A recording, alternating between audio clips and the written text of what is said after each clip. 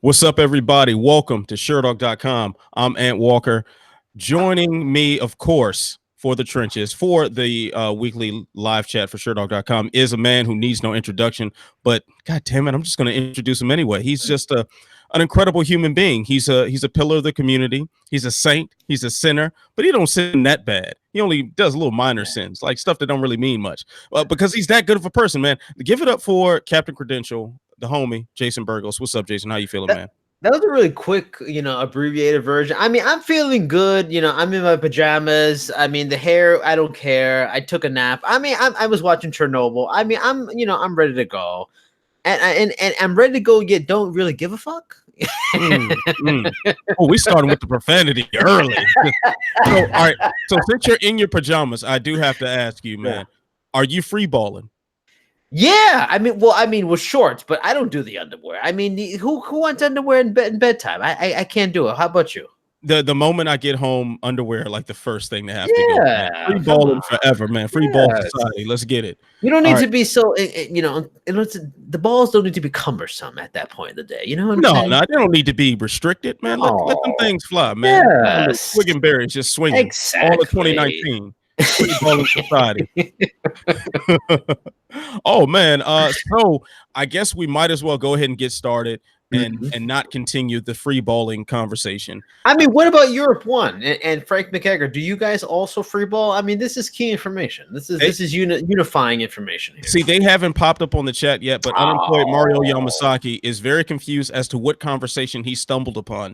So, yes, unemployed Mario Yamasaki. First of all, I wish the best for you in the job hunt, but also this is the trenches. This is the MMA live chat for Sherdog.com, but we just had to go off course for a little bit, and we're sorry.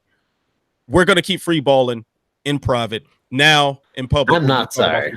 My balls are not sorry at all. They're quite happy. Oh, designated member says he has no idea where free balling is because he is, quote, a shifty-eyed foreigner. So designated member, free balling is simply not wearing underwear. Therefore, the man parts just fly so free. Get a little breeze up there, man. So, all right, so let's go ahead and get started with some MMA talk before everyone vomits in disgust about how this show had started off. All right, so we're gonna jump off with a question from Yojimbo, a regular contributor. Shout out to you, Yojimbo. He asked, on a scale of 1 to Buster Douglas, just how big of an upset was Ruiz beating Joshua? I mean, that's a good one. I wish I was as diehard a fan of like boxing as I was when I was a kid into my teens, because that's when I really like boxing a lot. I don't follow as much, but from everything I understand, and everything I understand is based off of listening to Matt Hunter's podcast. Shout out to Matt Hunter and the Mixed Combat Radio Network. I mean, it's a pretty big one. That, though, Anthony Ruiz seems like a legitimate guy, very skilled, very talented. I did not really realize until after the fact, two-time Mexican Olympian, only beaten once. But still, I mean, just the optics level of it. If you take a picture of Anthony Joshua next to Anthony to Ruiz, it's just like, holy shit, man. It's crazy, the difference. It's like, I looked up pictures on Google of just the two in like the pressers before, and it looks like Anthony Ruiz is one of his posse that just got loose, and they're taking pictures together with his belts. It's the fact that he's a high level boxer is stunning. But I mean, I gotta say, maybe upset of the decade for at least boxing. That it's crazy. Short notice. This guy wasn't even in the picture. And one thing, if he got like a quick split decision and it was in Mexico or some weird scenario, like he legitimately knocked this dude down 4 times and stomped him in the 7th. I mean, that's insane, upset to me. Yeah, it's definitely one of the bigger upsets, but it's not the biggest. As far as I know, Buster Douglas beating Mike Tyson is the biggest one, and I think that was 42-1, at least of the modern era. I did try to do a little research into this question as far as the all-time like betting favorites and stuff. I found conflicting information, so I don't want to take too much at what I found as gospel truth. But I do know for sure Buster Douglas, Mike Tyson was 42-1. Another big one, I couldn't find the odds on Antonio Tarver versus Roy Jones Jr. I know that was a big upset at the time. I do remember watching that one being shocked out of my mind. George Foreman and Michael Moore was a big one as well. There was there was another one. I think it was a Julio Cesar Chavez one that was like 19-1 that was considered big, but I think this was a 20-1, 20-1 odds. And one other thing I did look up in comparison to the MMA odds, as far as I was seeing right here, and once again, I am looking at some conflicting information. I think this outranked some of the all-time MMA upsets, like Sarah GSP, Home Rousey, Dillashaw versus Burrell. I think it outranked those, but still, what we saw, I think, was more so of the optics of it all. Like you said, Andy Ruiz looked like a truck driver who just happened to be in the stadium, and they just say, "Do you want to jump in the ring?" And he said yes. But of course, it didn't give any justice to his actual skills, and quite frankly, I didn't really know much about him until he got signed to fight Joshua, and even then, I didn't know a whole lot. I just thought, like everyone else, that Joshua would wipe the floor with him. So. But one thing for sure that I think we should know in combat sports, you take every opponent seriously. Every opponent is very serious, and especially when you're talking about heavyweights. When you are talking about heavyweights, you better take them very, very, very seriously. So Jay is just dropping this nugget for us in the chat. He's saying the Sokoju upset over Nogueira was roughly the same odds. So that should give everyone an idea of how crazy of an upset this was, because I know Sokoju versus Nogueira was that in Pride at the time. Yeah, that was a Pride. Yeah. But then the funniest thing about it is that Sokoju became like a pseudo name, but he really didn't live up to the name, sort of like Buster Douglas. That's the fascinating story about this. Now, will Anthony Ruiz live up to this? Or will he be Buster Douglas and kind of flame out quickly after? Because didn't Buster Douglas have like a video game soon after he beat Tyson? Yeah, he did. He was like a celebrity for a little bit, and and then he very quickly lost his title, and that was kind of it. So, unemployed Mario Yamasaki with this little joke in the chat: Tenshin Nasukawa versus Mayweather was the biggest upset. So there's take that one to the bank. I will throw out too, and that's why I kind of put it up with the Reeves with the Bucks of Douglas, and that there's a great series on Netflix called The Losers, and it goes through all kinds of losers and people that did disappointed or didn't live up to expectations of various sports, and they cover that a little bit. But also I think there's a 30 for 30 on Buster Douglas that's fantastic, and he actually really was a good boxer. It's just that he was a guy that didn't take the sport as serious as he could and get into the optimal shape, and he just got to optimal shape. So he had potential. It's just that he wasn't there, and he got potential and he optimized at the right moment when Mike Tyson clearly wasn't taking him seriously. So like I said before, I want to see what Anthony Ruiz does from here. Winning the upset is one thing. Casera won the fight and didn't do too much after. Buster Douglas didn't do too much after. Sokochu didn't do too much after. I would love to see Anthony Ruiz be the guy who does a lot after. I mean, we'll see. The thing is, Dillashaw is probably the only guy I can think of that really did a lot after a big upset off the top of my head, and I'm sure there are plenty of other examples that the chat's going to light up about that I'm forgetting. But also, I think it's important to remember that when it comes to these sort of big upsets, it's normally a storm of different things combining to form the Ultron of upsets. Like this is the only way it really happens. It's this perfect storm. So in the case of Buster Douglas, his mother had just passed maybe a couple of weeks before the fight, so the emotions behind that. Tyson at the same time was doing blow and hookers the whole time and wasn't training as seriously. Then you look at like the Holly Holm and Ronda Rousey upset. Rousey was overlooking Holm. And that's always a big component, that the person who gets upset tends to overlook the one in front of them. Sure. So with Holly Holm and Ronda Rousey, there was also distractions in her camp, increased media demands. She didn't come in the best of shape as well. What else? Another upset. Shogun at Forest is a good one, because Shogun, that's when the beginning of his knee ailment started. Exactly. So there's always something else that's going on that normally involves one guy either underestimating the other, or the other one having some sort of emotion to rise to the occasion. It's always some sort of extreme circumstance that kind of pushes this. And of course, in the case of Holly Holm and Ronda Rousey, there's game planning and skill set matchups, and that plays a factor too, of course. But 9 times out of 10, when we're talking about these big upsets, we're talking about the perfect storm of circumstances to set them up. And that's really what's so rare to come by, is that perfect storm of circumstances. Even look at GSP and Matt Serra. Matt Serra has gone on record several times talking about how when he was backstage waiting for his bout to start and for him to start his walkout, he was overhearing interviews with GSP talking about his next opponent and how after this he was going to fight Matt Hughes again, and being upset that people were looking past him that way. So it's normally something like that sparks this, and I think this was exactly the sort of scenario that's perfect for it. You look at Andy Ruiz; he doesn't look anything like Anthony Joshua as far as the physicality of an athlete. And then you look at the media circus behind it. It was Joshua's U.S. debut. He's at Madison Square Garden, this huge media market. And then there's all this. I got credentials to that, but I didn't go. What? Yeah, because in the email it was saying that there were limited spaces. So I was like, after my terrible experience of going to 2:30 and being stuck in the media room, I was like, I'm not gonna go get stuck in the media room again. Especially because I thought this guy was gonna kill him. It's like, oh, he's a substitute opponent. He's gonna beat him. Oh well, probably should have been in the media room. At least every boxing match that I've covered, you get a seat in the arena. It may not be necessarily right up against the ring, but you get a good seat. So yeah. That's your fault. But that's the Garden. Maybe the Garden's the seatings. I'm going to find out at Bellator next week. Hopefully, I get a good seat. Yeah, we'll see. We'll see. You don't deserve it now. I totally deserve it. I always deserve it. You don't deserve it, man. You missed out. I'm the captain. I'm the Falcon. I mean, it's as simple as that. You know what? I think it's time for another demotion.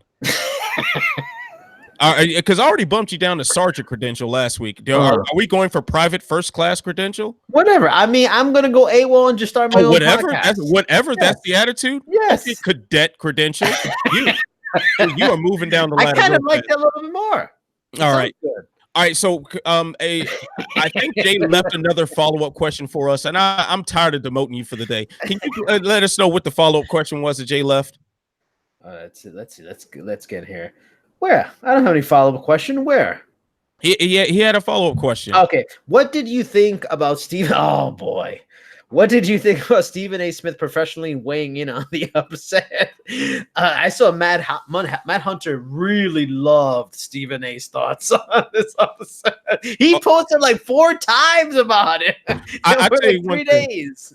I'm telling you, for everybody that's listening and everybody that's watching right now, please do yourself a favor and follow Matt Hunter on Twitter. He is by far one of my more entertaining Twitter follows right there.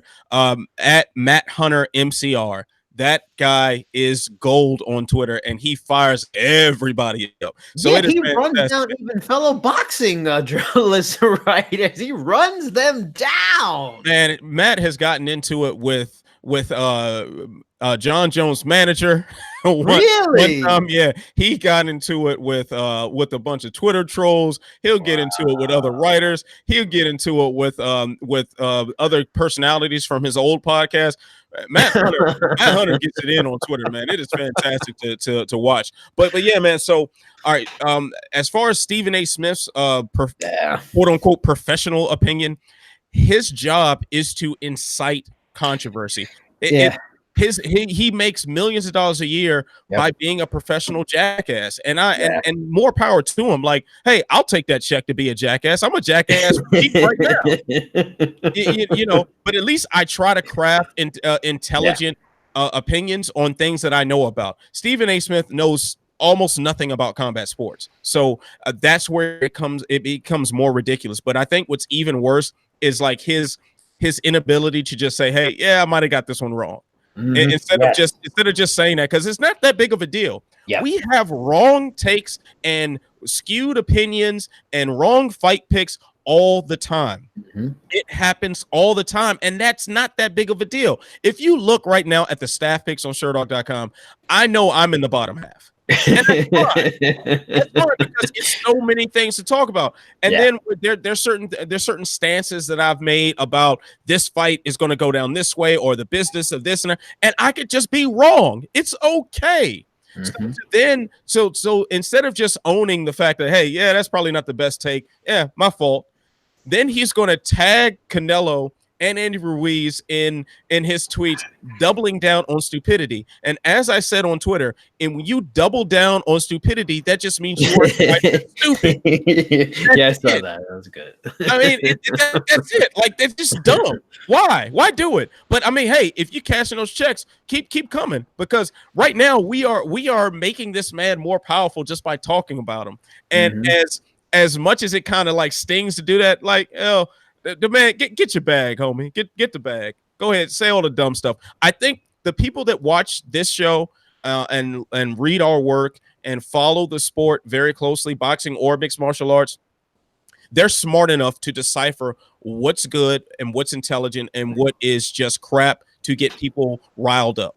Yeah. So I think everyone who's on the chat right now, everyone who has more than half a brain to devote toward intelligent discourse knows the difference between that and a bunch of malarkey.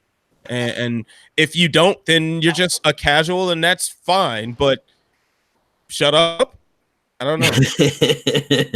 I mean, the worst thing about it, and I commented this on Matt's post, is that like the worst thing about ESPN and its history is it's created the loudmouth into like a star. Like that's the rock star of journalism now. And you have these guys like him and Skip Bayless being the worst offender of them all, that they turn their opinions into meaning they have great insight on not just the sport that they made their name on, but everything, and then that their opinion matters. And it's just, and then when you have this kind of star, the ego that goes with it, it cannot be viewed as wrong. So he could have easily just saw all the backlash, just went about his day, and the news cycle is so busy that everybody would just moved on. But he could not let people say he's wrong and had to address the whole thing. And it's just like, good Lord, man, it's annoying, and yeah, like you mentioned, like talking about him is probably just doing him a favor, so it's not really worth it to even talk about it. Especially as a guy from New York, born in the Bronx, raised in Queens, I can't with him sometimes. Yeah, it's just but you know what you're gonna get. Like that's the thing. Yeah. Whenever he's on the television, I know exactly what I'm gonna get. Now, if I want to hear some NBA talk, he's one of the first voices that I want to turn to, because he really knows the NBA. But even then, he says a lot of stupid stuff. He's a character now. He's not like a person. He's just a character. He's a comic book character. Yeah. Working at ESPN. He's like Arcade. And that's fine. It's fine. It's fine that there's a space like that in the media. I'm totally okay with that. Like, I don't really care. But I do know intelligent people will be able to decipher what is what. You would hope so, but I don't know. Like in a world where Fox News is intelligent people. If you are stupid, you will believe stupid things. But the question is, how many intelligent people are left? Not many. Exactly. Not many. But at the same time, we can't dumb ourselves down to deal with so much idiocy. Like, it's just it will do us and do like good work a serious disservice. If we were to kind of sink to a certain level, if that's not us, if you decided tomorrow to stop being the fantastic journalist that you are right now. Oh, thank you. Likewise. Likewise. Like I said, just read our stuff. Don't read anybody else's. Yeah. Do that. But yeah, man. Like, if you decided tomorrow to not be the journalist that you are, and you stop giving good interviews, you stop writing good articles, and you stop having insightful things to say on a podcast, and you just decided to be a talking head, and you got rich, all right, cool, man. Just take me out for a steak dinner. Yeah. You know, that's just kind of what it is. Like, that space exists for a reason, because it appeals to people that are stupid, and there are a lot of stupid people in the world. So, yeah, we're starting to kind of be outnumbered a little bit. It's a little scary. Oh, we are grossly outnumbered. All right, so before because apparently I upset people when I call people stupid. Only stupid people feel that way, though. Exactly. So anyway, but let's be bothered. Exactly. So let's move on. Before I get on another soapbox here, we're gonna take a question from Jetty and the Benz. I still just really love that name. Jetty and the Benz says, with all the retirements from UFC Stockholm, Nick Hine, Jimmy Manuwa, and Alexander Gustafsson, will they stick? And what about King Mo's retirement? I'm still unsure about Gustafsson, because he's not that. If you can tell me, what is he like? Maybe like 34, 35? 32. He's even that young. Wow. So he's even that. I can't see how he would stay away. He's still right in those prime years, technically prime years, but then, mileage it affects that kind of stuff. But that one, I'm not sure. Nick Hine, I can see. Jimmy Manuel, definitely I can see, just because he is almost 40, if not 40, been knocked out several times now, 4 losses in a row. I mean, there's all the signs for him to retire. Same thing with King Mo. I mean, and shout out to MMA Fighting and Damon Martin, his story that King Mo gave him fantastic tidbits. I don't know if you saw that story, but King Mo really just gave him all the information on how his last few years of his career have been with his hip and the various injuries and dealing with constant pain and being at personal, hangout events things and just not being able to walk and all that, like just the suffering he was going through. It just makes you see what fighters go through. Honestly, not like him, but no fighter is healthy really at any point for the most part. Nobody's 100%. But I think all of them will stick, especially because of age and various reasons. Gustafsson is the only one I can totally see him coming back. He's still good. I mean, he didn't lose to a bad fighter. He didn't look as good as he usually does, but he's just still too young, and he can make too much money not to come back and maybe rethink that, idea. Yeah, I think you got a lot of good points there, and let me address each one of these guys individually. Nick Hine, I don't know a whole lot about him as a person, but from what I do understand, he has like some other businesses or something outside of fighting, and he's a guy who we're not even remotely talking about as a title contender. He's not making the biggest money, so it would make a lot of sense for him to be, I think he's 35 years old, to just say, hey, I've had money coming in from other sources, I don't need to do this shit anymore, and just hanging it up. That makes total sense, and that's probably the best thing to do if you're that age and you're at that level, as far as trying to get those big money purses when it's not going to happen. Then Jimmy Manuwa, I think it's going to stick because, man, he has had a rough couple of years. Yes. He's had a terrible couple of years. Yeah. Granted, he's still highly ranked. I think before the fight Saturday, he was ranked like 11 maybe or 12. Wow. And light heavyweight, and funny enough, designated member on the chat saying that half of the top 15 retired Saturday, so that was funny. I brought that up too. Like the light heavyweight division from just last year's completely different. Last year, Daniel Cormier, Jimmy Manuwa, and Gustafsson were all top of the division, like some of the marquee guys. 2019, they're not in the division anymore. Like this division, other than the champion, who is the figure still looming over everything. This division is as in flux as any division in the entire UFC promotion. Like there's a lot of upheaval and a lot of opportunity for a lot of guys to become the next faces outside of John Jones in that division. Right, and the only other division that I would put in the same conversation as having a similar amount of overhaul is 185, and a lot of that is because some guys have moved up to 205. Yeah. So the interconnected things between those two divisions. Now Manuwa is a guy who's been knocked out 3 out of his last 4 fights, brutally knocked out at that. Yes. Like it's just floored. I think all 3 of those knockouts were in the first round, if I'm not mistaken. I know the Ozdemir fight was. I was at that one. Obviously, Rakic, just kicked him into next year, and I forget who knocked him out the second time. Forget who the second knockout was, but there was also a first round one. So you think like, okay, this guy, and he's another guy who's older. He started mixed martial arts late, but he's definitely much closer to when you shouldn't be doing this than when you could be doing this. And you get knocked out that frequently. Thiago Santos. Yeah, Thiago Santos, that's right. So yeah, it doesn't make sense for him to keep doing this if he wants to keep his health in order. And I get it, man. I get it. Now for Alexander Gustafsson, that one is a little more iffy to me. I know he struggled with a lot of injuries, and I think more so from him though is probably the personal disappointment that he's gone through in his career. You think about him existing in any other era, without John Jones or Daniel Cormier, we're talking about Alexander Gustafsson amongst some all-time greats. And that's, I know that conversation might seem kind of crazy to mention Alexander the Great, who I'm saying, Alexander Gustafsson along with all-time greats. But if he was just a stone's throw away from defeating John Jones at UFC 163, And that would have been a ridiculous upset. It would have been an insane coup of the championship title in the light heavyweight division.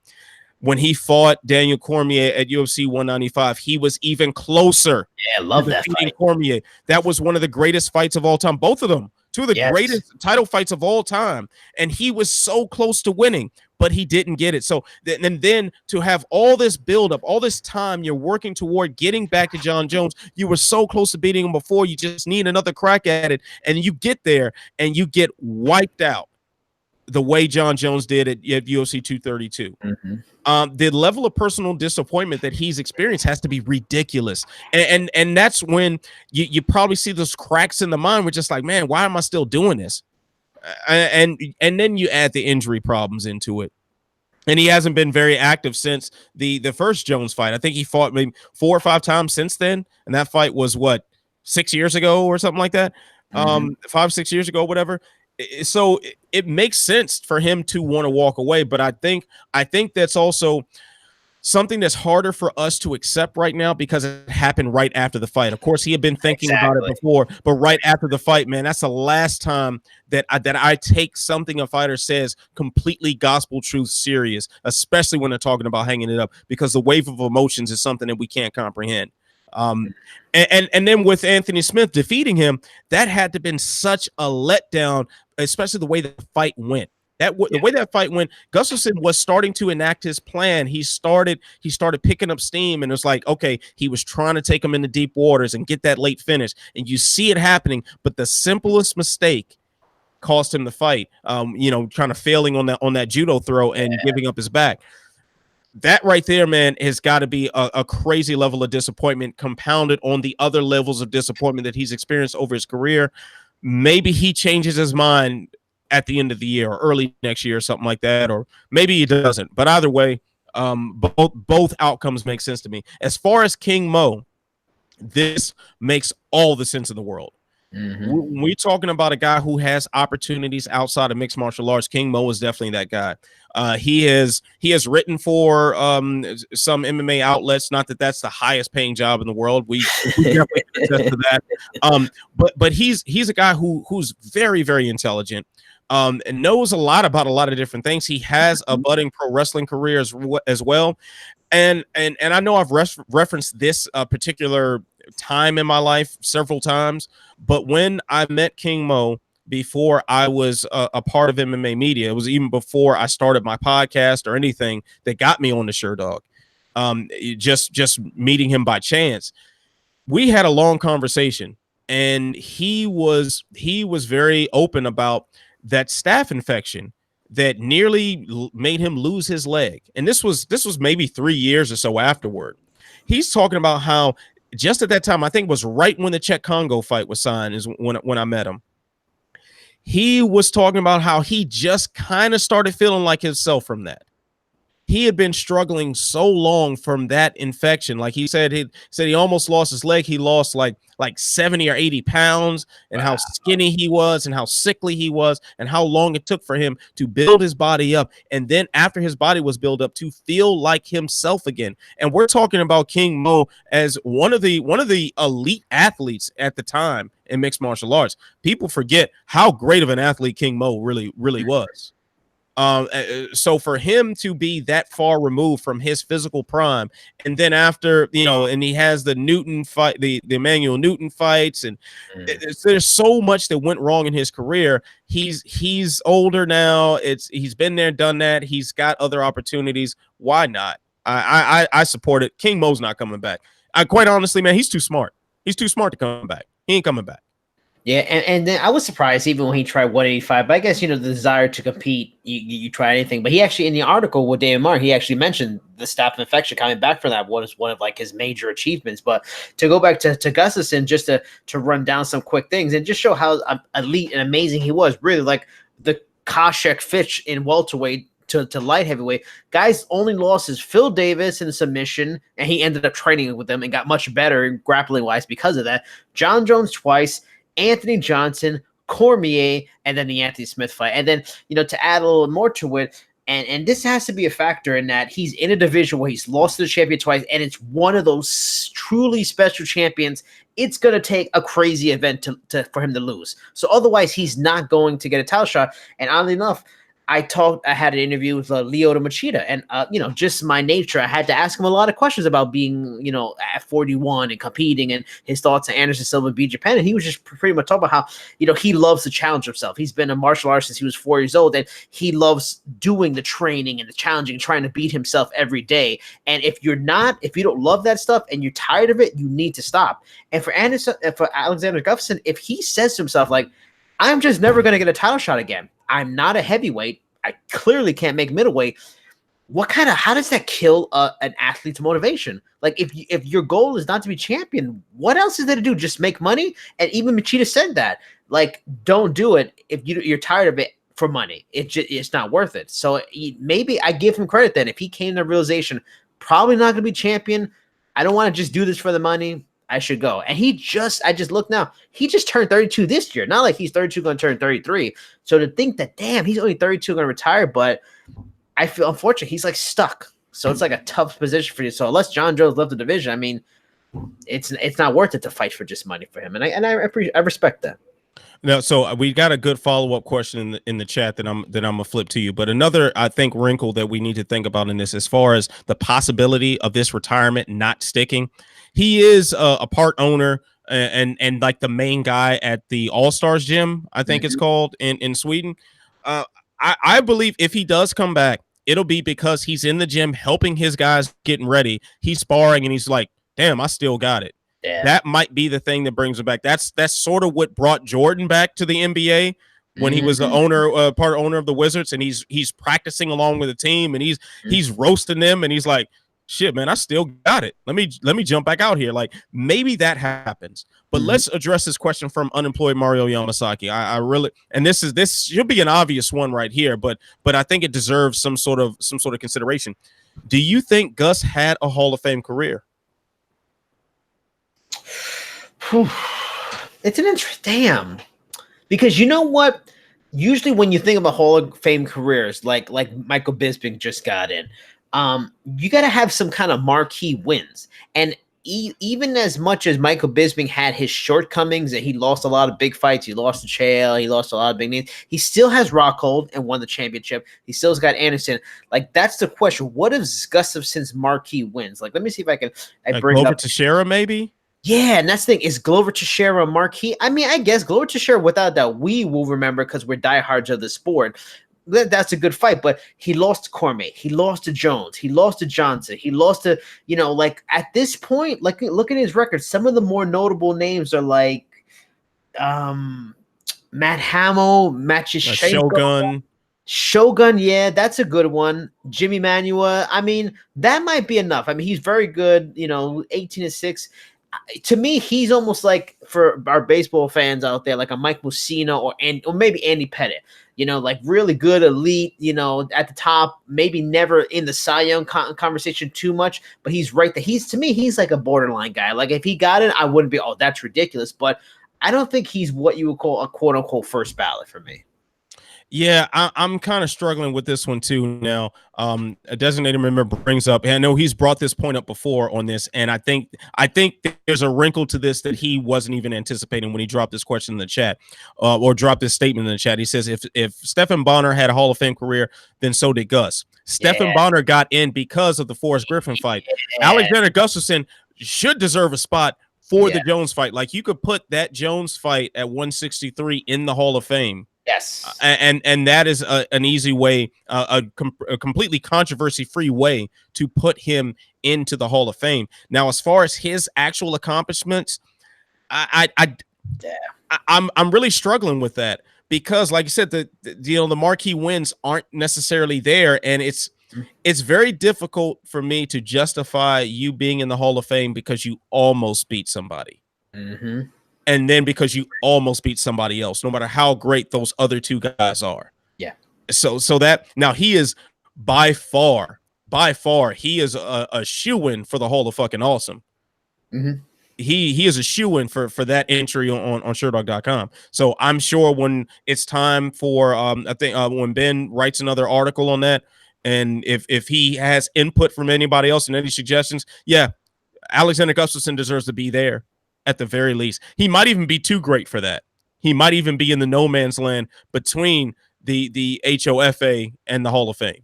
Yeah. So something to consider. All right. So let's go ahead and move on from this. And this is actually something I really do want to talk about. Europe One asks, will Yoel Romero really see all of that $27 million? Will they truly cut the check? I like that he went to the cut the check reference. It's very controversial. Very controversial. And it's a throwback reference. We appreciate that. Yeah. But short, you can take it because I know you want to talk about. I'm going to say no. You take it. He's not going to see that money. No, he's not. He's not. So this was they're actually gonna peel the fuck out of that thing. Yeah, man. This is something out of and you know what? They probably won't even appeal it. They're probably going to file for bankruptcy. So I was I answered a question about this on last week's Ask Ant column, and it was pretty funny, man. It was like he's not going to see this damn money. No. He's just not. Like the Gold Star Nutrition or Gold Star Performance or whatever the company's called that he sued, they didn't bother showing up to court. What? They just didn't bother showing up. So he won this, and then also it got jacked up to $27 million because of some sort of technicality. I think he was originally suing for like 9 million. And wow. He was suing for 9 million, but then under some sort of technicality, if the company was found, I guess, guilty. I mean, guilty is the wrong term because I should say liable since it's a civil case. If the company is found liable and it is because of like negligence or maliciousness or something to that effect, then the judgment amount triples or quadruples or something like it. It's something nuts like that. So what was supposed to be $9 million triples to 27. That was the reasoning behind this. And I came across an article, and I'm gonna screw up his last name. And I talked to him on Twitter, and he's a good guy, good writer. He writes for Forbes, a guy named Brian, and his last name starts with an M. So Brian M. Sorry, I don't know how to pronounce your last name. But Brian had an article on Forbes where I think I referenced this in an article too, where he was saying like he consulted lawyers that have had similar cases, and they're saying like if one party doesn't show up to court, that usually means they don't have the money. And they're not even trying to pretend like they do. So expect this company to file for Chapter 11 or Chapter 9 bankruptcy. They're going to file some sort of bankruptcy protection. Romero might see some money. He might see. I tell you what, he'll see more money from this than I'll make this year. I'm pretty certain of that. But it won't be anything near $27 million. I wish he were seeing that. I really wish he were. But that's just not happening, man. Lawsuits in this country, you gotta love it. Yeah, but I do like the precedent it sets. Sue the hell out of these guys if you really had a tainted supplement. And of course, Yoel Romero isn't exactly broke. He's a guy who's fought on main events. He's fought in title fights and everything. He's seen some pretty big paychecks. And of course it takes a certain amount of resources to sue, and he has like a very powerful management team as well that's backing him, so he's got the resources to sue. And man, I wish every fighter that legitimately had a tainted supplement be the reason for a PED test that they were able to sue. I definitely want that, because there's so many things that go into this, mainly being the loss of income. Yoel Romero without this judgment would have been in an undisputed title fight before the Whitaker fights with the interim, and then when he missed weight for the undisputed title fight. But he would have been there probably. He might have fought Bisbing or GSP or whoever would have held the belt at the time, and all. He got messed up big time because of that. Messed up big time. And there should be some compensation, and we've seen this happen too many times. I think Tim Means is suing the whatever company was responsible for his tainted supplement as well. I want this to continue. Sue the hell out of a company that screws you over and messes up your career, please. Yeah. And the UFC, especially in this case, should be backing the hell out of them. Yeah. If it's an undercard fighter, that if it's one of those guys from the Contender Series or somebody who's a curtain jerker on the prelims, and he pops for PED and they find that this is because of a tainted supplement, the UFC should be backing them with the full extent of their resources. Yeah. Give these guys some power, empower them at least, because at the very least, as a message to these guys with these tainted supplements that are creating these, like, hey, you're not going to screw up our athlete pool. At the very least, protect the fact that you got this roster, that you need all these bodies to fill up this massive schedule. Please protect them. Like, use those resources, man. The UFC has access to all sorts of legal teams and everything else, man. If a fighter can't afford to get the proper representation, the UFC should be backing them up to the fullest extent. Yeah. And that is for the protection of their product, for the protection of their name and their reputation as well, if they are trying to be a voice in clean sport. Just my 2 cents. This is where fighters union would be huge, but yeah. But what fighters union, like, ridiculous, totally ridiculous. Yeah, totally ridiculous. Yeah, and that's exactly, that's something that a fighters union would be very good for, but we know that's not going to happen. But still, for the UFC side, that's something that would benefit them as well. If you don't want to have the union, do those little functions that are going to take the place of a union to make a fighter think, maybe I don't need a union because they have my back. Yep, exactly. That would be essential to even to stopping some of this unionization talk. If that's what you really want to do, you got to give a little. You mean like a one, management team? Oh, hell no. Don't start the Chachi train with me, man. Don't start that, man. Don't Hail Hydra. Oh god. This guy. Oh man. So we're gonna move on to the next question. This is from Snack God. So Snack God, I wonder what treats he worships. He says, is Nate Diva Diaz that full of himself that he's the king of lightweights, that he has a win over Khabib Nurmagomedov, he was offered a spot in a 165-pound tournament, ... Or is he just that stupid to believe what he was saying in his interview?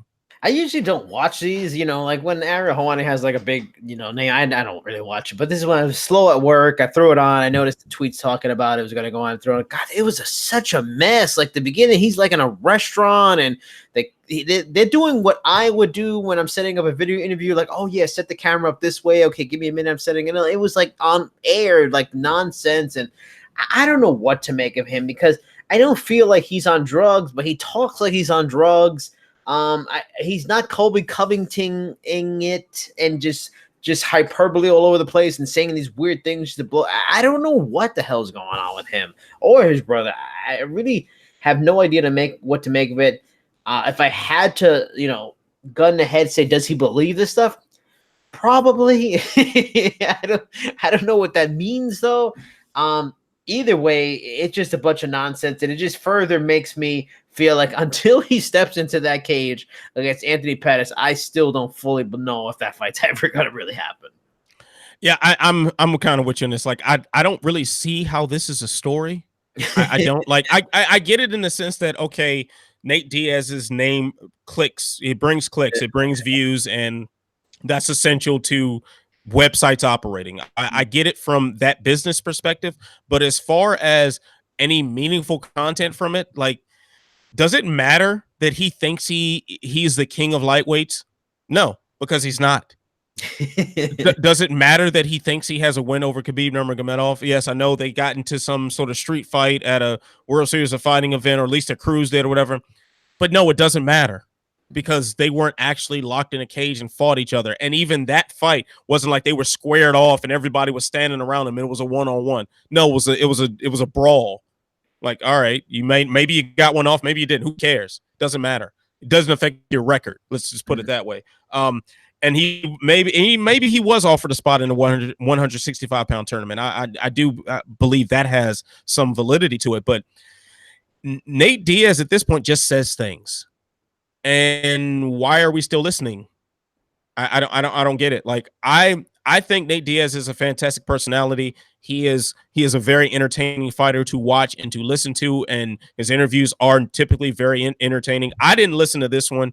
I simply just didn't have the time. I read some of the highlight articles, and there was nothing there that warranted a highlight article other than the fact that the websites need clicks. Like, that's it. So, I mean, until he gets in the cage, Nate Diaz doesn't exist. I'm sorry.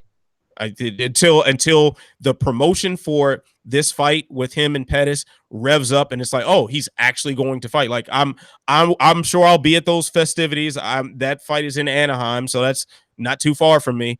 I'll be driving down there and covering this fight, and then I'll see, all right, Nate Diaz is actually here. Cool. Yeah. We can start talking about him again. But saying you're done with the Conor McGregor thing, no, you're not, because you'll take that money. Exactly. You know, just why? All right. Well, let me add one thing. Jay put in the chat regarding Yoel Romero and the triple effect. About the law he mentioned that in New Jersey, when damages include consumer fraud, damages triple. They call it treble damages. Oh, treble, like music treble. I guess so. Yeah. So what's like bass damage? What's that? Maybe double. Soprano damage. I would think maybe you half. Falsetto. All right. They pay you. They pay you. All right. Okay. So, all right, we're going to move on. We got a question from Robbie who asks, does the quote unquote GSP clause, not like Snack God, Europe One, just Robbie? Just Robbie. We need more Robbies. You know, we've got all these clever names, but what's up, Robbie? I like it. All right. Yeah. So Robbie asks, does the quote unquote GSP clause in Khabib's contract mean GSP is more likely to unretire? Does it mean anything at all?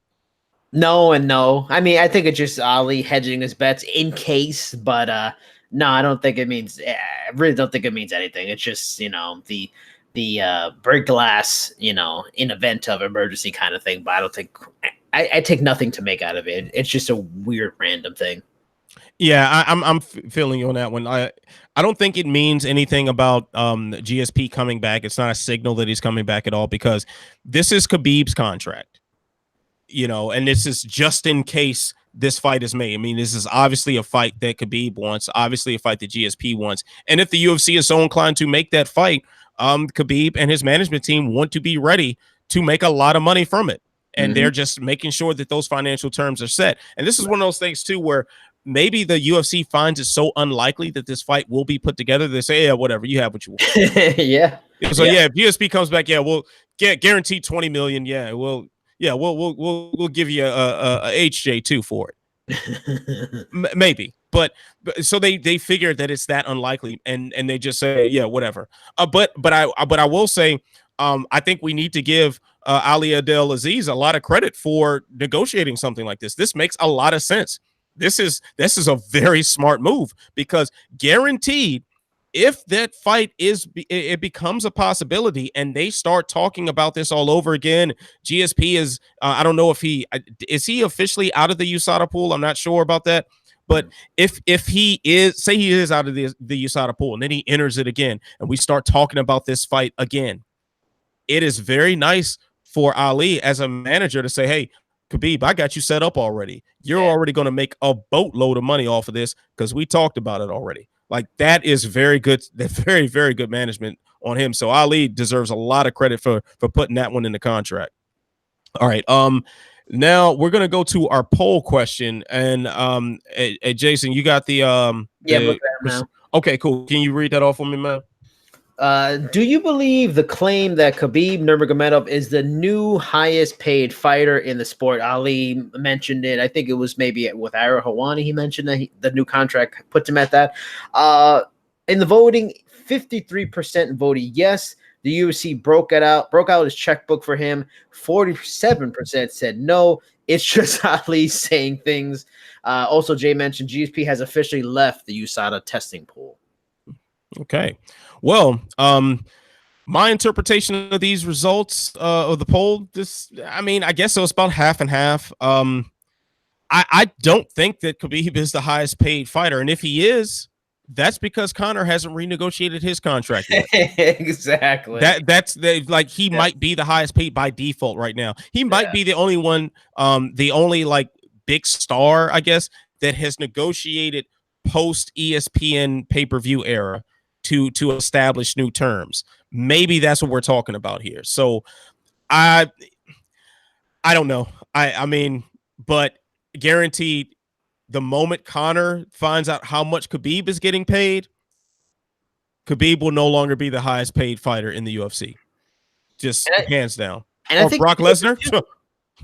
And I think you nailed it too in that the ESPN deal, because I think one of the quotes from Ali was he's getting like the most kind of like the upfront base, which is pretty much a sign that they're setting their contracts up probably away from points and pay-per-view and to like just base pay. So it really, I think you nailed it. He's probably making the most in the new ESPN era, because he's Ali said that they showed him like the information, and yeah, technically, yeah, he's probably making a much better upfront, because Connor was making huge money off of pay-per-view. But just perfectly, when Connor renegotiates in the ESPN era, he'll be getting the best upfront. I have no doubt. Yeah, what that says to me is that Brock Lesnar had a bigger number, because this was what broke apart the negotiations to bring Brock Lesnar back Yeah. to fight Daniel Cormier. He wanted more upfront money than the UFC was willing to pay him. Khabib wanted less. And that was it. So Khabib was somewhere in the middle of that, and that's how it happened, man. Because Khabib Nurmagomedov, I'll give Khabib and his management team credit for this, though, beyond the fact that they just negotiated post ESPN era. Him beating Conor McGregor. Did you follow him on social media and see his literal world tour with all sorts of dignitaries and politicians and presidents and royalty, that he went all over the world shaking hands and kissing babies all over the place, man. So he is an international star in that regard. He's somebody who can carry an international event with ease, and there's no mistake that he is headlining a card in Abu Dhabi, and the first time they've been in Abu Dhabi since 2010. So this is not a mistake. So on that sense, then yes, Khabib is a big star, but when we're talking about like Conor McGregor, or I'll say even John Jones, man. When John Jones obviously has negotiated something, because he's coming up on a pay-per-view in a few weeks here, but he hasn't. He is the number one paid guy right now, and I don't think that right now is going to last much longer. You know what? Honest. That gave me a great thought. And we talked about, I think maybe like 3 or 4 weeks ago, how this ESPN going behind the pay-per-views is going behind this ESPN paywall is a bad thing. You know what? I'm starting to rethink it. Beautiful mug, by the way. Love that mug. Oh, thank you. You know what? Because of this, because now we see with Khabib getting a bigger upfront. And Jay, if you can look this up at all, like what is the highest up front right now base salary in the UFC? Is it 250? Is it 500? Because if he's getting the most, let's say Khabib move up to 750, and the best thing, and we've seen it in a bunch of other sports, in the big four sports in the US, when someone gets a big number, when it comes negotiation time, you know, it only starts to escalate slowly. In MMA is taking more, but you know, now we're getting to 30-40 million dollar a year players in the NBA and baseball. So the fact that, let's say Khabib maybe is getting 500, or maybe he's getting 75,000, 750,000 up front, we're starting to finally maybe by 2022, or hopefully quicker, maybe we'll finally get an MMA guy. Okay, McGregor made 3 million flat against Khabib, 229. That's the biggest flat we've seen. So I mean, but that's even one event. That's not even his like per. It's probably like a specialized thing that they renegotiated. But maybe we're getting closer to finally an MMA guy making $1 million base, and then other things finally. And you know, so maybe the ESPN thing is best, because instead of this, well, let's see what you can make for us, it's going to be like, well, my value is this. I'm not going to see any pay-per-view money, so you need to pay me this. Khabib made this. That's what all these players and athletes do. This guy made this. I feel I deserve this. You know, they have the help of unions. We'll see, but maybe we're finally getting closer to like $1 million base play for a fighter. Maybe John Jones does it. Maybe he's the first $1 million guy. You know what? You reminded me of something too, and I think everybody who's listening and watching should check it out. So obviously, I do work for MMA on Point as well, and one of the latest videos. I didn't write this script. I think this was written by Jason Hartley, who's one of the guys who runs the channel and voices a lot of the videos. He had one about the era of trash talk and whether the era of trash talk is over now, and not that trash talk doesn't exist, but how the ESPN deal affects trash talk and self promotion. So I would highly recommend that on MMA on Point. That was an excellent video. Well done. Shout out to the other Jason in my MMA life.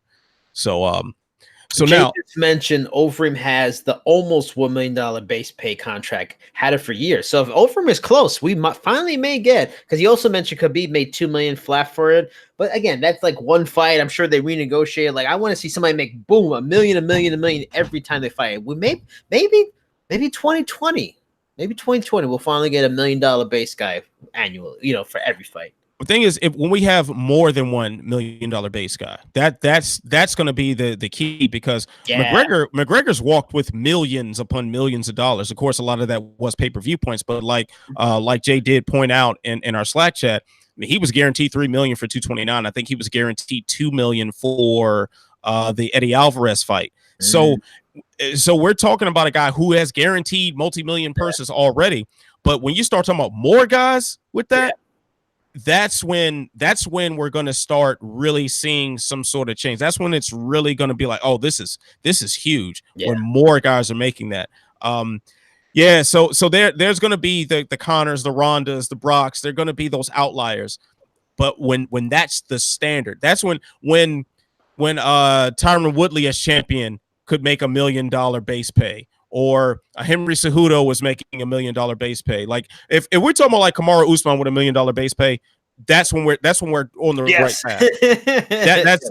That's the path that we should be on. So once it expands out of those names that we say are the big stars, that's when we're on to something. And Jay brought up some great statistic information by you, Jay. He brought up both John Jones and Gus made $500K for their appearances at 232. Cyborg also did. Nunes only made $350. So while we're getting close, there's still, for every step forward, there seems to be steps backs. So unfortunately, the fact that John Jones didn't make $500,000, it's like I get it. He's not a star, but he's the fucking best. He's the best guy. The best guy. The LeBron, the Sidney Crosby, the Mike Trout. They should be making the most. But that's fight sports for you. It's funny that's actually exactly what Matt and John Jones' manager Melky Kyle were getting into it on Twitter about very briefly. Yeah, about the guarantee thing. That's something he brings up a lot, and it's a very good point. Like comparing Wilder and Fury. And that pay-per-view sold like 350,000 or 400,000 buys, and those guys were guaranteed multi-million purses. But John Jones on a pay-per-view that sells 800,000, and he's guaranteed $500,000. Of course, we know he made a lot more than that, but his guarantee being $500,000, it looks crazy when he sold like 3 times or twice as much as Wilder Fury. So it's something to consider. All right. Let's move on here. We got a question from Rubberneck76, who asked, whether it be Patreon or sites like The Athletic, what is your opinion on the trend of more and more sports media moving behind paywalls? What effects do you think this will have on the sport of MMA? Now, I'm a little behind on Patreon. I think Patreon is pretty much you pay to get like certain content from someone, right? Right. It's like like, so if we decided we're going to set up a Patreon only podcast, and if people would have to donate like $2 a month or whatever they want it for us for them to access it. I mean, I was surprised by the Athletic thing. I mean, when they put that group together, but you know what? I guess I think it's a pro. I can't really see too many negatives in that. One, the fact that MMA media is worth paying for in the eyes of the Athletic is a great sign of where MMA media is at this point, because we all know it's niche. It's not MLB, it's not NBA, but the fact that they felt they could invest a lot of money in these writers and then say we gotta make people pay for it because the content's gonna be so good and it's worthwhile and there's enough of a fan base. That says a lot. And two, it's also good for us because of course, I thought, damn, the Athletic, they got all these great names. Shit, a Sherdog for us, it's difficult to compete with that. That's an all-star team they put together. But you know what? We can compete with that, and that we offer great content for free, and that's great. If they were also for free, damn man, that's a huge big monster that just added to the market of MMA fighting and ESPN MMA. So it's great for them that they think MMA can make money, and it's still great for the Flow Combats, the Sherdogs, the MMA Junkies, the Bloody Elbows, that offer great content but for free. So if you don't want to pay, which I no disrespect to those guys at Athletic, props to them, hope they do well. I'm not going to be paying for that. We all still have something great to offer by being free and still doing it the old-fashioned way and stuff like that. So I think it's a plus for everybody. I think it's just a sign of MMA media really is coming into its own finally, and it's not just 4 or 5 guys. It really is broadening out and really become a solid force. And I'm just excited that we're both a part of it right now.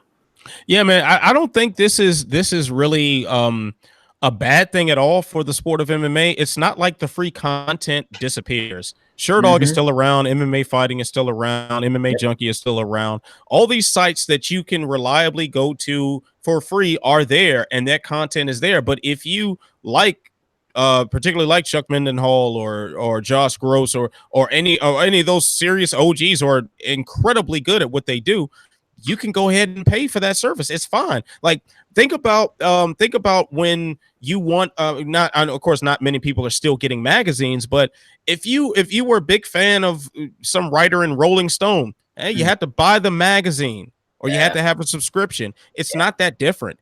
It's really not. It's just another wrinkle in media. It's kind of a throwback in the sense that all the Rolling Stones and all that stuff moved online, and most of that is free now. But it's fine because there are options. You have the option. This is a free market. If you don't like it, don't buy it.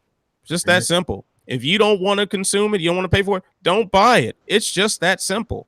But I do think it's a very good thing to have these options for the audience, because they can also pick and choose what level of commitment they have to the content. If you just go check MMA Media for quick updates and play-by-play, Athletic ain't for you. But if you like the long form stories and really getting deeper into, then it's for you. If you like that but you can't afford it, we got plenty of long op-eds on Sherdog. We got there are plenty of long form articles on all these other sites. So go ahead and just get what you want. It's not that big of a deal, but it is pretty cool that the sport of mixed martial arts is being taken seriously enough to where the journalism aspect of it is being taken seriously and more resources are being devoted to it. That's something that only improves the quality of the coverage, because like it or not, for whatever parent companies own Sherdog and own MMA Fighting, and without all naming all these separate companies that own all these entities, they have a new competitor now. So you're going to have to put resources into the guys that you have on those sites. You got to put resources into it because there is a new kid on the block that is going to be given quality. It based on the fact that you got to pay to get to it. So yeah, I like it, and I like there are more opportunities for guys like us. There are other options out there. We don't have to write for www.MMA bloody fist dripping down the drain.com or whatever crazy name. And that wasn't a diss at Bloody Elbow. Bloody Elbow is an excellent site.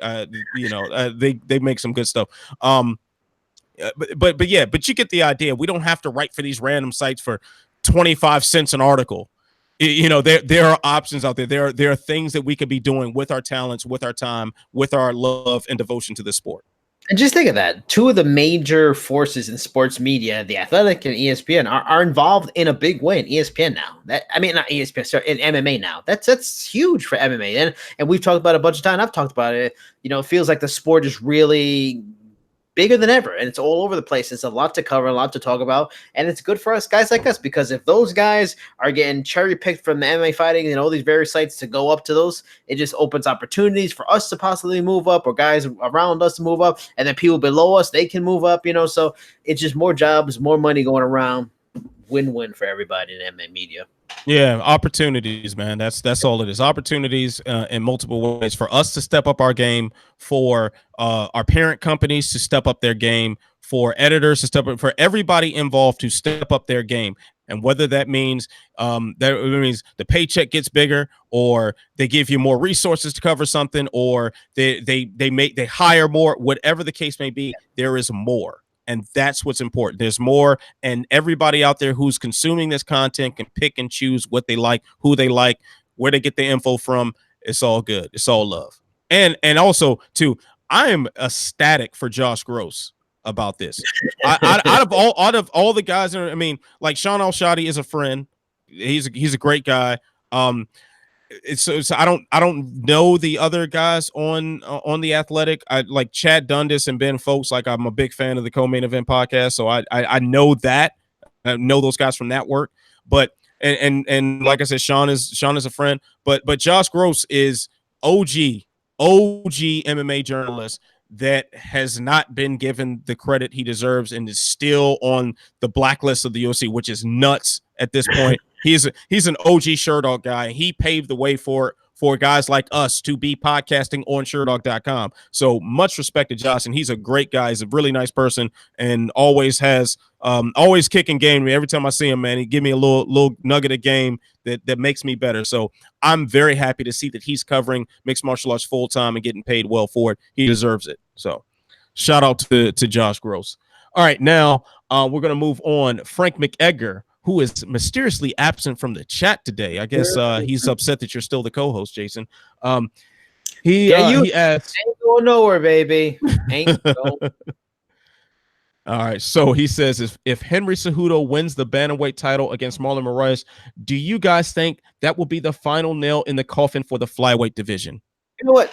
No disrespect to Frank, if that is your real name. I got a better question that comes from this to me. A better question, because I kind of talk a little bit tired of talking about the flyweight division, if it's going to be around. In short, I will say final nail, sure. Yes, it probably will be final. But I got a better question for you, Anthony. And Henry Cejudo, I think, brought this up a little bit at a recent press event, or maybe his coach brought up. If Henry Cejudo beats Marlon Moraes and becomes bantamweight champion, is he the best pound-for-pound fighter in the world? Man. TJ, Demetrius, Marlon Moraes, 2-division champion. We still got to talk about Daniel Cormier in that mix. I mean, he's not technically anymore. He's a 1-division champion.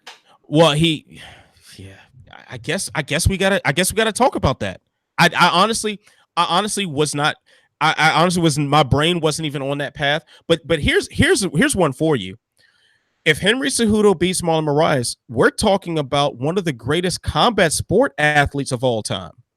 We're talking about another stratosphere right there. We're talking about something beyond fight runs. Really, you can think of. Yeah, because we're not just talking about UFC success. So if he wins Saturday night, that is dethroning Demetrius Johnson. No matter how close or how you scored that fight, he dethroned Demetrius Johnson, ended an historic run. Mm-hmm. He knocked out TJ Dillashaw, who we were talking about as a pound for pound great, and it was a lot of people was a foregone conclusion that Dillashaw was going to win that fight. He knocks him out in 30 seconds. Mm-hmm. Then, if he beats Marlon Moraes, who was a former World Series of Fighting champion, going up in weight, and it wasn't like TJ coming down, going up. Exactly. But also, did you know he's an Olympic gold medalist in wrestling? Yep. So if you're talking about a guy who was an Olympic gold medalist in wrestling, in a combat sport, in a highly competitive, in a crazy, tough, brutal combat sport, and then to go and be a 2-division champion in the UFC, which is the highest level of mixed martial arts. I'm sorry, we're talking about one of the greatest combat athletes of all time. Now, we can make a debate about whether or not Henry Cejudo was one of the greatest UFC fighters of all time. We can still, because his career is so fresh, we still can talk about that, and there still could be some doubt placed on that. But when you're talking about combat sport athletes, you got to put him on the list. And I'll add another name to this mix. And I wrote an article about this like a year and a half ago, something like that. Holly Holm deserves to be on that list as well. You're talking about a multiple-time boxing champion. You're talking about a kickboxing champion who then went on to author the greatest upset in women's MMA history, probably second to Nunes Cyborg now. So, and who has the opportunity to beat Nunes for the title in a couple weeks now. Mm-hmm. So we start when we start talking about greatest of all time. I think it's important that we compartmentalize what exactly we're talking about. Are we talking about the greatest UFC fighter? Are we talking about the greatest lightweight or the greatest bantamweight? Are we talking about the greatest athlete or great? When we're talking about Henry Cejudo, we are talking about right now one of the greatest combat athletes to ever live. Exactly, but I don't think you still haven't answered my question. What was the question? I forgot. Trash. Total trash. Total trash. If he beats Moraes, is he the pound for pound best in the world? I guess so, because that's the definition of pound for pound success. Like that's and when we talk and this is always my problem with the pound for pound list, because there are guys who belong on a pound for pound list because they're just that fucking good, and you can't deny it. So when you have you've got like Tony Ferguson on the pound for pound list, makes total sense. You got Khabib on a pound for pound list, total sense. You got Whitaker on a total sense. But when you start talking about people who literally define pound for pound success by having success in multiple weight classes, I think that's case closed, man. Yeah. That's case closed. So like when Conor McGregor was a 2-division champion, and of course people like to poo-poo on his run, and other people just blow him infinitely because of it. But when he has the featherweight and the lightweight belts, whoa, that is, if that ain't pound for pound success, I don't know what is. So if Henry Cejudo is holding up a flyweight belt, he's holding up a bantamweight belt, no matter what they do with that division, I don't know what else to say. That's pound for pound great. Yeah. Thank you, Frank, for making your question me come up with a better question. Good job. Oh, wow. I see you angling to keep your job. Look at Burgos with the underhanded tactics. I'm never going nowhere. It's solidified. It's concrete.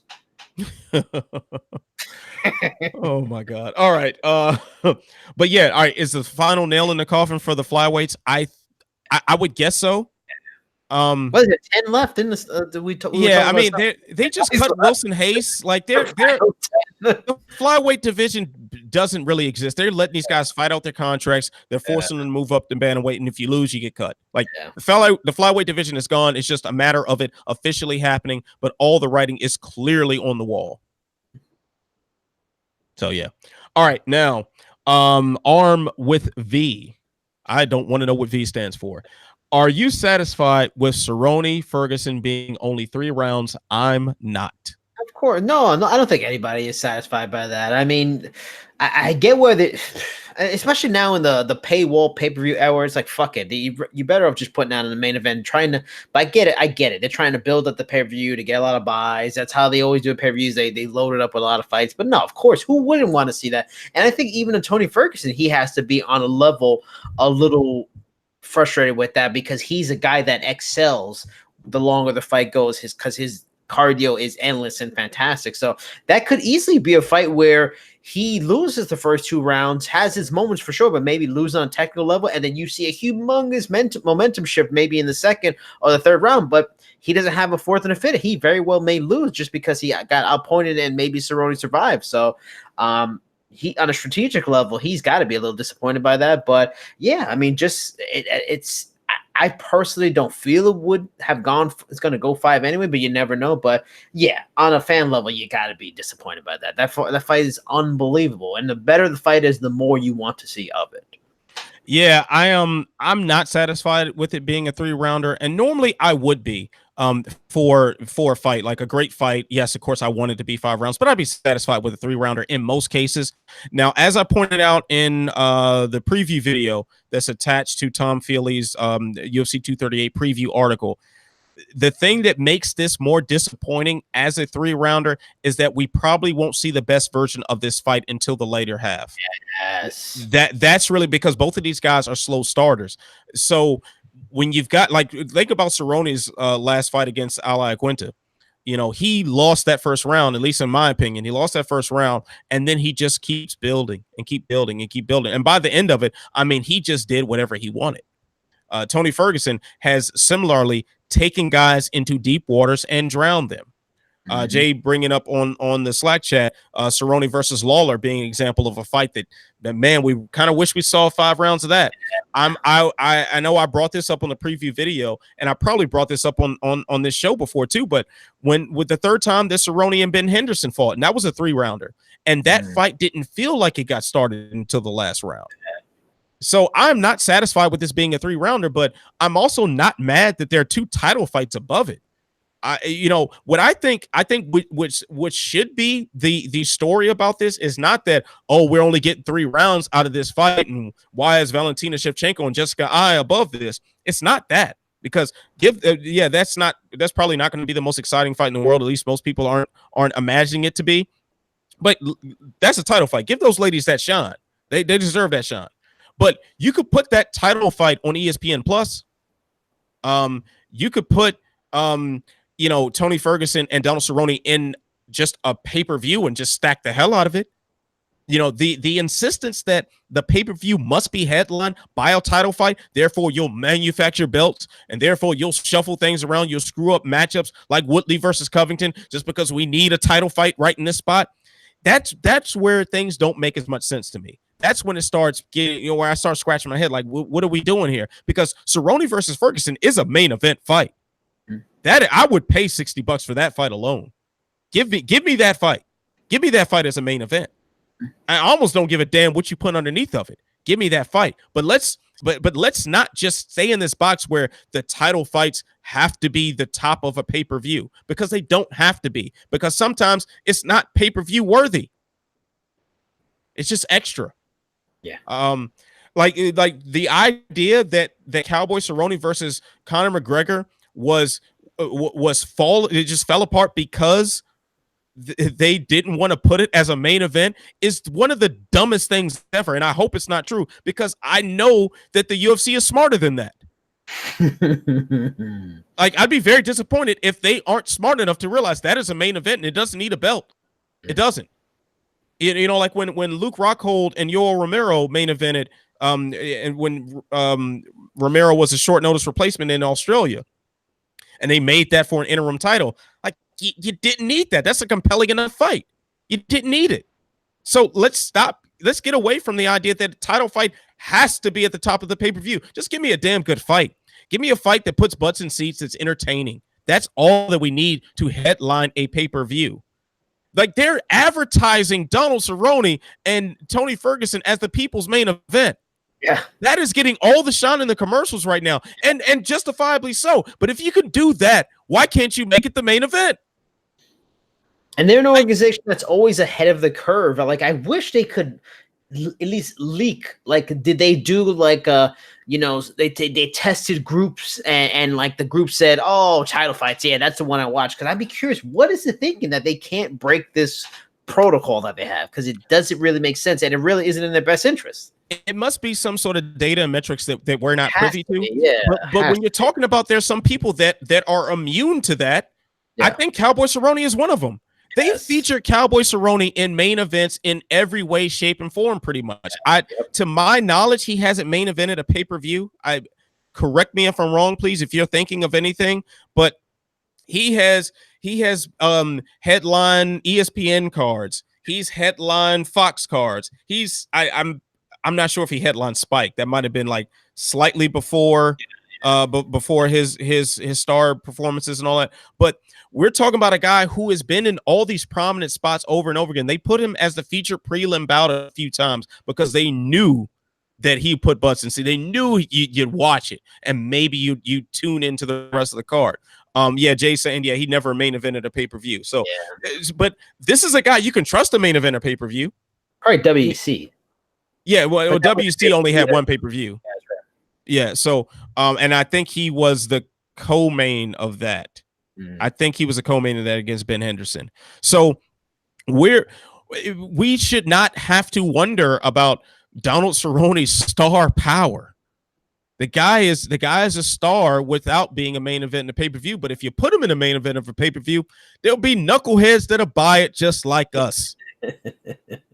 I'm sorry, like, and then you put him against Tony Ferguson, who has main event at pay-per-views, who has main event at Fox cards, who is a known name in his own right. Oh, and yes, he was a former champion as well. So has Tony main event at a pay-per-view? Yeah, the fight against Kevin Lee was the main event. I thought that was a What was fight that? night. Say what? I thought that was a fight night. No. No, that was a pay-per-view. I definitely paid for that. Definitely Huh. paid for that. Okay. Yeah. Yeah, so I mean, like Dos Anjos was a Fox card. Damn, I know I'm forgetting like one other that was a Fox card with Ferguson as a main event, but you get the picture. Oh, and also he co-main evented the biggest pay-per-view in history against Anthony Pettis at UFC 229. Mm-hmm. Yeah, so yeah, I'll always put the title fights above anything else, but the title fights don't have to be the pay-per-views. Yeah. So yeah. Oh yes, and unemployed Mario Yamasaki reminding it's 216. UFC 216 was Ferguson versus Lee as the main event. Okay. All right. Yep. So all right, so who you got segments, man? It's about that time. And then we're gonna wrap it up with some Bellator 222 talk for yeah. So let's go ahead and hit with the UFC 238. Who you got? Donald Cerrone versus Tony Ferguson. Who you got, Jason? Because of the fact that it's 3 rounds, I don't. Ugh. And because Ferguson is not a one-punch guy, because if he was like that kind of striker that one punch could get you, the technical, he's not. He's so wily and strange and weird. Like Cerrone's too tech. Oh man. But then my brain says Cerrone's getting older. You know, I feel like he's got some favorable matchmaking. I don't want to buy too much of the hype. I know he's still good, but he's still the good kind of matchups for him. And when he's had tough ones, he's lost. I'm gonna go Ferguson. I'll go for and then Ferguson has been away for a while. Oh my, fuck it. I'll go Ferguson. He's the better, younger, more in his prime athlete. But damn, I'm not feeling confidence. But I can't wait to watch it either way. Man, I am so lacking confidence in this pick. Yeah. I'm lacking total confidence in my pick. My pick is Tony Ferguson. Ferguson. What are the betting lines on it? I'm curious. Jay, do you know what the betting lines of this are? Off the top of my head, last I checked, Ferguson is a slight favorite. Yeah, that's the last I checked, but I'm not a big betting guy, so I don't pay attention to the odds a whole lot. They do double-digit betting. I know they have like minus 100, plus 100. This will be like a minus 27. This is like I'm staying so far away from any sort of betting on this fight. Oh my god, like I feel like I'm just lighting a $50 bill on fire. Yeah, Ferguson minus 140, Cerrone plus 120. Wow. That is that's narrow, man. I don't want to touch it. I don't want to touch it. So on my preview video, man, I didn't know what the hell I was talking about. I was all confused, man. So this is the assumption that we're gonna have to just go off of. 100% Ferguson, 100% Cerrone. That's the assumption I have to go off because Ferguson just came off of a very troubling personal experience in his household, in his marriage and stuff, man. Who knows what his mind state is going into this? Cerrone is also the guy who will go on these fantastic runs, but he stays so active that he just eventually starts running flat. Yes. And he just fought Ala Quinton, a 5-rounder, a month ago? Like he has yet to get a title shot in the UFC because he goes on these runs and then something happens. Well, he had his one title shot. Something happened. One title shot against RDA. And he got smoked. Right. Yeah, he got smoked early. With Nate, and he lost to Nate, and that hurt him. Then he was going on a run at 170. Then he went against Till. You know, like he just that guy. Even WC too. Yeah. So tough. But if I'm going 100% Cerrone versus 100% Ferguson, I gotta go 100% Ferguson to win that fight because of the pressure he puts on, and he stays in your face and stays in your face. And we've seen that mess with Cowboy. Some now he's gotten a lot better at handling it, but Ferguson is just so good at that. Like Ferguson can break you, and I don't think he'll necessarily break Cerrone, especially not in 3 rounds. But I do think he can do enough to win. I think a pretty violent decision by staying in his face and just kind of giving him a bunch of different looks. So Ferguson is my pick on that. But Dad Cerrone is a bad man. That is a bad man. All right, now who you got? Valentina Shevchenko versus Jessica Eye. Shevchenko next. I mean, no disrespect to Jessica Eye. Talented fight. She's really earned her way. No disrespect. She's a legitimate contender. I get it, but just I can't see it. Like Jay, if you can look at the betting odds in this one, I'd like to see the betting odds. He just put him negative 1,300 for Shevchenko and plus 850 for Eye. Jesus, that says it all. I mean, did I say that backwards? Is that I said that right? Yeah. I mean, the minus is the favorite and stuff like that. Yeah. But I absolutely. To me, this is almost Anthony Ruiz, Joshua-esque in a certain way. Not as big, but Shevchenko's so good, so technically sound. Jessica is really good fighter, kind of a meat and potatoes. Not a great at necessarily anything. Real solid everywhere. I just don't see it. I don't see how she wins. Shevchenko all day. Whatever. Yeah. I don't see Shevchenko having much problem with this. I think this is more so about how she wants to win. Yeah. Jessica is also known to make some very, very puzzling fight IQ decisions. Like she'll do the absolute worst thing you can do in the worst moments. Yeah. It's a matter of whether Shevchenko decides to use those moments to get a finish, or if she's comfortable just kind of going all 25 minutes. I say she goes all 25 minutes. I got Shevchenko by decision here. All right, so Jason, who you got? Henry Cejudo versus Marlon Moraes. Nate, Jay, betting odds again. I'm very curious on these betting odds because this is another tough one. Like, my brain says it should be Marlon Moraes, but Eric Albarracin is the coach of Henry Cejudo and Patricio Pitbull. Patricio Pitbull.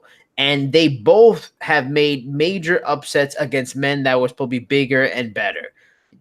Patricio beat for Michael Chandler.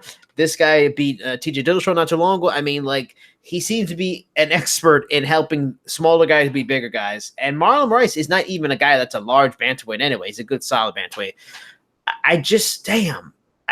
As good as Marlon Moraes is, has he ever faced an Olympic level wrestler? I don't think so. He sure as hell has it in the UFC. He's fought good wrestlers. I mean, Aljamain Sterling and Jimmy Rivera, and that's a whole nother level though. Like, it's a whole nother level. Yeah, they're good. For sure. Yeah.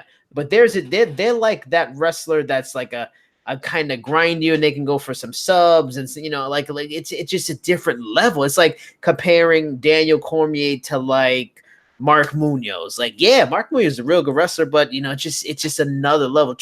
The guys of this caliber have tricks that those guys just don't know. And even then, like I don't know how much wrestling he did against Aljamain Sterling. Jim Rivera went way short, so again, he didn't get tested. Both of those fights ended so fast. Aljamain went in for a takedown and got kneed in the head. Yeah, so in the end, he really has not been tested. I mean, very well, the same thing could happen to Henry Cejudo for sure. But then again, he is a small man. You would think speed and all those kind of things. So he really, and I'm sure World Series of Fight did not have that level of wrestling. So my brain, whenever you have a great wrestler in there with somebody who's not a great wrestler, you got to go with the great wrestler, especially if the wrestler can strike. And my brain just says Henry Cejudo, despite it all. And he's a guy who was always big for 125 anyway. So now he has to cut nothing. He can be even stronger, maybe healthier. Yeah, I think Henry Cejudo wins and he becomes a pound-for-pound best fighter in the world. As weird and strange and snake-whipping odd as he is, Henry Cejudo is on course to be the pound-for-pound best fighter in the world. I forgot about the snake whipping until you just said that. I wish I just didn't remember that. But oh man, did you know he has an Olympic gold medal? Just remind you of that. But I mean, Henry Cejudo, man, is a great fighter. But I got Marlon Moraes winning this. I do think that this really can go either way. This is definitely a pick 'em fight as far as I'm concerned. But I see Henry Cejudo being the aggressor because he's going to have to close the distance. He's a smaller guy. He's got the shorter reach, and Marlon Moraes can kick you into oblivion. So the conventional wisdom says you want to crowd that kick. You want to get on the inside, and especially if his base talent is wrestling, you want to close that distance, employ your wrestling, take away his kicks. I just don't think he's going to be able to close that distance as effectively. Now, Cejudo is a fantastic athlete and one of the best pure athletes in the UFC, bar none. Marlon Moraes is a fantastic athlete in his own right that is very underrated, and he's very calculated. Unemployed Mario Yamasaki bringing up a good point too, saying that Demetrius Johnson exposed how susceptible Cejudo is to leg kicks. Marlon Moraes will attack the hell out of that lead leg, and he can do what he did against Aljamain Sterling. You shoot him for that takedown, he can time a shot that's going to clock you right in the head. And especially with Cejudo being the shorter guy, keep in mind, Aljamain is a tall guy for the weight class. Cejudo is like 5'4", 5'3", or something like that. Him trying to shoot in is going to come so low, and Marlon Moraes can kick so fast, so high. That switch kick is effortless. Dude, that is asking for a head kick. That's asking for something dramatic to happen. I think something really dramatic happens, man. Now unemployed Mario Yamasaki is saying, on the other hand, I see this matchup like Barboza versus Lee. So don't have me base my argument on something, a good point you make, and then try to undo it. Too late. Too late. You riding on this train with me there, Yamasaki. We on the same train right now. I got Marlon Moraes winning. I think he gets a finish toward the later rounds, but it's going to be hard fought. There are going to be some times where Cejudo gets on the inside and gets him in a clinch and roughs him up a little bit. But I think Moraes is going to have enough athleticism, enough strength, and then lean on that size and stuff to get out of some of these positions and eventually land a finishing strike, probably third, fourth round is what I'm thinking. All right. So let's see here. What else we got? Oh, yeah. So Bellator 222. So we got to talk about that a little bit because I do prepare video segments that will be going live next week in preparation for this event. Yes, you will be there. And we have the little intro video that has your name on it as well. So it's a beautiful thing. All right. So, Jason, man, who takes the Kohoji? Yeah, I'm sorry, man. Let me. The Kyoji and Kyoji Horiguchi. And you know what? Take two, because I got to edit this. So I'm going to give myself a clean take right here. All right, let me take one more sip of this water. Kohoji. Yes. Who takes the Kyoji Horiguchi Darian Caldwell rematch and why? Caldwell. I mean, Caldwell was winning the first fight, and just Kyoji had a real good answer to the grappling and just got lucky. Yeah, I don't want to say lucky, but he made the right move. Caldwell made a mistake. I remember watching Caldwell dominate Joe Taimanglo and then make a mistake, get submitted, same kind of thing. Rematch, just dominated. It almost made it look easy. Same kind of situation. Taimanglo was a smaller kind of a bantamweight. Kyoji's more like really a flyweight, fighting a bantamweight. I'm excited to see this fight in person, but I don't see Caldwell losing. He was winning the first fight. I don't think he's gonna lose again. I just don't see it at all. Yeah, I'm kind of with you on that one, man. Caldwell was definitely winning that fight before the submission, before he got caught in a guillotine. Mm-hmm. And another thing too to keep in mind is that this is going to take place in a cage. So the wrestler is going to have a better advantage. Now, if you put them in that same position in a cage, I find it highly unlikely that Horiguchi gets that submission off because the space that would be required to move his torso enough to wrap that arm around the neck. And then to complete that choke, like he had to fall through the rope some in order to do it. You're not going to fall through the fence like that. The fence won't give the way the ropes do. And up until that point, man, Caldwell was just doing what he wanted as far as the grappling. I don't think it's necessarily going to be the most exciting fight in the world. I think it's going to be a pretty boring affair. He's going to take him down, hold him down, maybe beat him up a little bit, maybe not, but at least win the positional battles. I say he wins that fight based on that. But I do love the fact that we have this cross-promotional championship fight. That I think is more so the story beyond the action that takes place in the cage. But as far as cross-promotional fights go, this is one of the better matchups. It may not be entertainment-wise, but for pure merit, this is one of the best fights you can make cross-promotionally. So like the best. Really looking forward to it. Since like Gilbert Forcinia in Strikeforce, this is a better one because Kyoji is legitimately one of the better flyweights in the world, definitely one of Ryzen's best, and Caldwell's very, very good, one of Bellator's best. So it's similar to that in a lot of ways. Right, and Horiguchi, for everyone who is just diehard UFC and nothing else, Horiguchi earned himself a flyweight title shot. So he's a guy who proved himself effective in the UFC.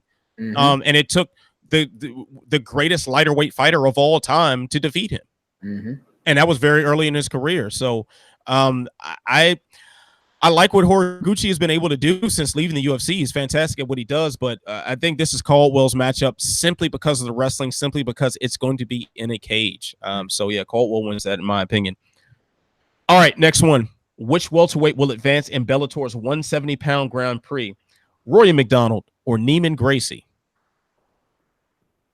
Gotta pick Neiman. I like Neiman. Cool dude. Got a video coming up next week on Sherdog with Neiman. But I just feel like I feel like he's going to win just because Rory, I'm not sure where Rory's head is at. I can very well see Rory coming into the Garden next week and just being classic Rory McDonald and, maybe getting things straight out and talk, just look like a dominant force, like that guy that fought Robbie Lawler and run through him and just look amazing. But when we're talking about, I'm not sure if I want to fight anymore, when you have been through a lot of wars, when you're talking about religion and we're not talking about thank you God for getting me this win and beating this man up, like it's a lot of questions, and when your head's not there, we were just talking about it with Gustafsson, your head is not in it and you really don't want to, you're not in love with doing this shit anymore and you're already the champion now and trying to get to the championship. When you fight against a good young fighter who's hungry with a lot of talent, that's not a good mix. So I'll go out on a limb and I'll say Neiman. I'll say Neiman gets him down and surprisingly submits him stuff. Maybe and he'll have to go through the fire a little bit, but I think maybe like a third or fourth round submission. He'll get beat up a little bit, but he'll eventually get him down. And he is not John Fitch, and he's not going to hold you down. He is going to get on top of you, and he's going to look for that submission, and he's going to find it. Man, I'm really struggling with this one. On any normal day, I say Rory McDonald wins this hands down. Mm-hmm. But I said that about John Fitch. I'm one of the people that scored the fight for John Fitch. Like that was a very close fight. John Fitch did a lot more than he should have been able to do against Rory McDonald. Mm-hmm. And to hear McDonald's talk afterward. Now I know we just talked about this not that long ago about fighters who saying things like when we're talking about Alexander Gustafsson's retirement announcement after a fight. It's not when I take a fighter at his gospel truth word. Yeah. So I'm going to assume that same thing that we're not taking, that I can't take Rory McDonald as gospel truth word and gospel truth, no pun intended there. And I say McDonald wins this fight. He should win this fight. Yeah, I'm just going to go with McDonald because that's really only thing I have to base it on. I would not be surprised at all if Rory McDonald comes out there and looks flat. And looks like he doesn't know what to do or he doesn't want to do it anymore. He's not, as was being mentioned in the chat, that he comes back all religious and wreck shop like Vitor Belfort did. Rory McDonald is taking Christianity a lot differently than that. Yeah, oh yeah. So I'll go Rory McDonald, but I wouldn't be surprised if Neiman Gracie pulled what it probably would be considered an upset. Mm-hmm. Yeah, so Roy McDonald wins it. All right, next question. Dylan Dennis, future contender or present pretender? Big time pretender. He's not even the best jiu-jitsu guy in his thing. Like he's not even like this isn't Gary Tonin, who's really nasty jiu-jitsu. He's really making a great transition to MMA. He's the jiu-jitsu Artem Lobov, honestly. Like he's built a fan base off of being one of Conor's boys. Artem Lobov is the brawler, like the brawler striker henchman of Conor, and Dylan is the Brazilian jiu-jitsu henchman of Conor. They like Bebop and Rocksteady. Yeah, they're popular, but in the end, they're gonna lose to the Ninja Turtles. And sooner or later, Dylan Dennis, they can't. Bellator's not gonna be able to hide Dylan Dennis from the Ninja Turtles, and the Ninja Turtles are gonna take him apart. So no, he's a pretender. He is not a contender, and yeah, that's all I gotta say about that. I'm just going to say we don't know enough yet. We don't know. There's not enough sample size of what Dylan Dennis can do in mixed martial arts to judge this. He definitely has enough of jiu-jitsu pedigree to have some success. I don't know how much that's going to take him. I don't know what his stand-up looks like. I don't know anything about him because we've only seen him fight for 1 minute and 38 seconds. Yeah. Oh, and by the way, the guy he submitted in 1 minute and 38 seconds was on a 3-fight losing streak, all submissions. So what's this guy's name? This guy's name Cal Walker. With a last name like Walker, his ground game probably sucks. My ground game is trash. It runs in the family. But I'm amazed that that people are being asked to make this decision about Dylan Dennis just yet. He fought a guy who's now 2-4 on a 3-fight submission losing streak, and he gets submitted by a jiu-jitsu player. No shit. I'm sorry, man. I don't think we have enough to talk. We don't know what to talk about. We do know that he is a cringeworthy self-promoter. We do know that. Yeah. But hey, that works. Like we're talking about him. We're talking about him. It has done his job. So we got to give him credit for that. But even so, we're bringing up on the chat now. If Damian Maia can do it, Dylan can also. Problem is, Damian Maia was one of the best jiu-jitsu practitioners ever. Yes. Damian Maia beat Gabriel Gonzaga in open weight jiu-jitsu competition. Like, we're talking about a different level of jiu-jitsu. As far as I know, Dylan Dennis hasn't won like black belt level international competition. Yeah. As far as I know. I could be wrong on that, but last I remember researching about him, that's what I remember seeing. So we don't know enough. We'll find out, I guess, but this is Bellator matchmaking, and he's 1-0. Like, we're not gonna find out soon. we're not gonna find out anything. We just found out some stuff about MVP, and he's been part of Bellator for what? How many years now? Yeah. Yeah. So it's gonna be a long time before we really answer that question. Yeah. All right. So we're gonna wrap this up. We'll go through the chat and some. I know I saw a couple good notes that might be worth attention, but our wrap question comes from the anointed one, Europe one, who says, with the all new segments introduced in the ESPN era, the UFC ring girls have steadily fallen out of camera view. Do you think the UFC is planning on removing them completely? And what are your personal thoughts on the role of these octagon vixens in the modern age? Is Europe the one that asked a question? It was about like Carolina Kowalkiewicz and like Waterson or something. I think that was Frank McEgger. Okay, all right. Yeah. I don't know. Not sure I truly care. I didn't notice that they've been out of ring view more than not. I don't think they'd ever get rid of them. I think Ariana Celeste will always have a job until she hits 35 or so. I think they'll stick around. Every promotion has ring card girls. Maybe they'll start introducing ring card boys. Maybe they'll re-sign Elias Theodore to be a ring card boy. I'm still hoping we get the Derek Lewis ring card boy. That is my hope. Derek Lewis ring card boy. Outside of that, I could take it or leave it. It's not anything I look forward to anymore in a UFC event. Sign me up for the Derek Lewis ring card boy. Yes. Sign me up. Yes. We need that campaign. Ring card girls are, I think it's an outdated tradition. It doesn't add any value to the fight, to the event for me. Like once you lose your virginity and you see an attractive woman, like, okay, it's an attractive woman. Like, all right, cool. I don't really granted I do miss Shandela Powell. I did like Shandela Powell. The one black woman that's ever been a ring card girl. Was that who I'm thinking of? Yeah. But they got a new black girl. She was. Whew. Well, that's a fun one. Yeah. Oh man, I like me some Shandela Powell. But yeah, it was another. It's another black girl now. I forget her name. But yeah, man, I don't really care about the ring card girls. Like, I like Mercedes Terrell. She's pretty good looking. They are good looking women. Like, that's what they're paid to be good looking. Cool. Like, it's one of those things. I'm also the guy who doesn't like going to strip clubs because I don't really see the point in it. You too. I've never been. Never had. It's an overrated, expensive experience. Why would I want to pitch wood around my boys? I don't want to do that. Why would I sit there get all riled up? Yeah, and lose all my damn money. Who wants to have what's the point? What's the point?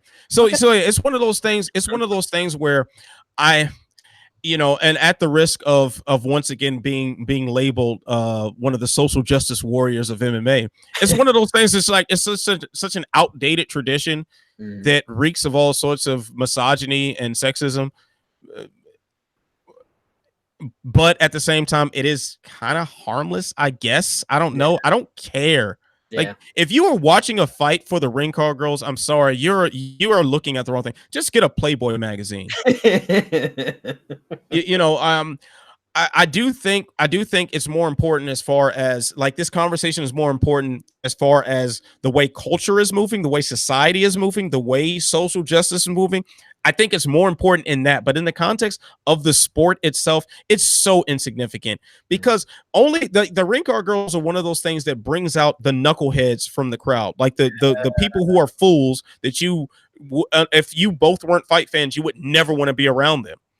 So sitting there at an event and you know, when Brittany Palmer walks around with the scorecard, I mean with the ring card, and people start whistling and oh yeah, whoa, and doing all that. Okay, that guy's a moron. Like that's how you identify the dummies.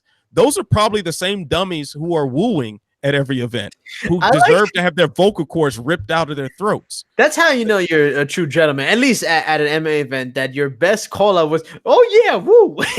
Yeah, it's like, man, I've heard some stupid stuff like that because I don't see. This is the thing about that. Like, I also in my single days, like I definitely, you know, dated a lot of girls and did my thing on that end, but at the same time, like, you know, don't be a moron. Yeah. You know, I've never seen in the history of game, I've never seen a guy hanging out the car window, whistling and wooing, actually get the girl's number.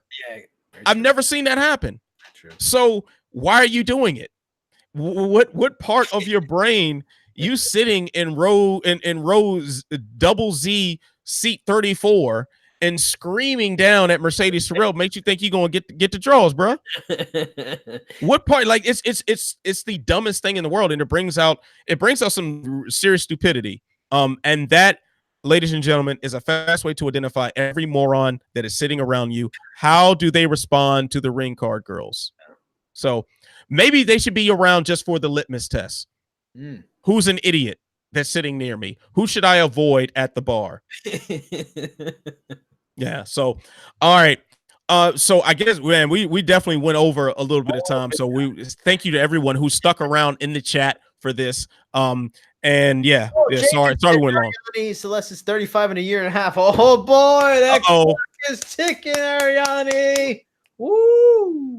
So Jason, please inform the good folks out here in YouTube land, in SoundCloud land, and wherever you're listening to this, inform them of where they can find the work of one Mr. Jason Burgos, aka Private First Class Credential. Oh, first class at least. Okay, that's good. Well, right now there's 2 stories on Sherdog for PFL 3 tomorrow, which I will be at also. With my 2 of getting into doing the video interviews. One with Kelvin Tiller. Great stuff, a lot of fascinating stuff, what he dealt with last season and playoffs and all that kind of stuff. Very cool guy, hard not to root for him. And Alex Nicholson, who was like a highlight reel machine, either from wins or losses. He also got to the semis last year and lost. Those are up. Also had a busy week in terms of interviews, which won't show itself until next week for a lot of Bellator 222 stuff. I talked to Nima Gracie, which will be a video interview. Machida, which was surreal to talk to Lyoto Machida. Hobson Gracie, Nima's cousin, who makes his second fight in Bellator at 222, and Phil Hawes, who fights at 222. But all those will be next week. Outside of that, just the PFL stories. And I will be at PFL 3 tomorrow, so I'll be doing some live tweeting and adding some stuff to Sherdog and my own account, which is Cheap Seats Chats on Twitter and Instagram. Follow me there. See some in-arena updates tomorrow at PFL 3 in Nassau Coliseum. Oh, excellent work there, Private First Class Credential. Perhaps you'll get bumped back up to sergeant. You'll work slowly but surely back to captain. So yeah, definitely check out the updates from PFL. You always give some good updates from PFL. So looking forward to that. But I am Ant Walker. You can find me on Twitter at Ant Walker MMA. As far as what I have coming up, Ask Ant, the mailbag column. Normally it does come out on Fridays, but since we're doing the show early, maybe I'll write that mofo tonight. You never know. Oh. Yeah. So I don't know when they'll put it on the release. It'll probably just be released at the same time, but I'll write that mofo tonight. Anyway, what else I have coming up? There will be a post-fight show on my YouTube channel, the Walkout Network, about UFC 238. That's going to start right away after the broadcast is over with. So follow along on my Twitter. I'll give you updates on that. Maybe I'll have a guest. Maybe it'll just be me ranting and raving. Well, you never know. But everyone, jump on the chat, and we'll have a good time on that show. Also, the good, bad, and the ugly. My post-fight column will go live after UFC 238. Just brief post-fight analysis about the things I like, the things I dislike, the things I hate about UFC 238. What else we got? Oh yeah, next week, some more video content. Got an interview with Burt Watson, who is starting his own production. Yeah, so I gotta chat with him. That's going to go live on Sherdog next week as well. So yeah, I got a couple other interviews that are in the works. Got to make sure I finalize the dates and times. But yeah, great content coming up from Sherdog, and there is a show that I'm trying to work on, trying to put these logistics together, and I hope you guys like it. But it should be a good time. Jason is already privy to this, but we won't say nothing until it moves a little further along. So anyway, yes. So I'm Ant Walker. He's Jason Burgos. And you know what you must do, everybody. You must stay beautiful. You must stay positive. You must free ball. And through it all, you must stay sexy. I will see you when I see you. Peace.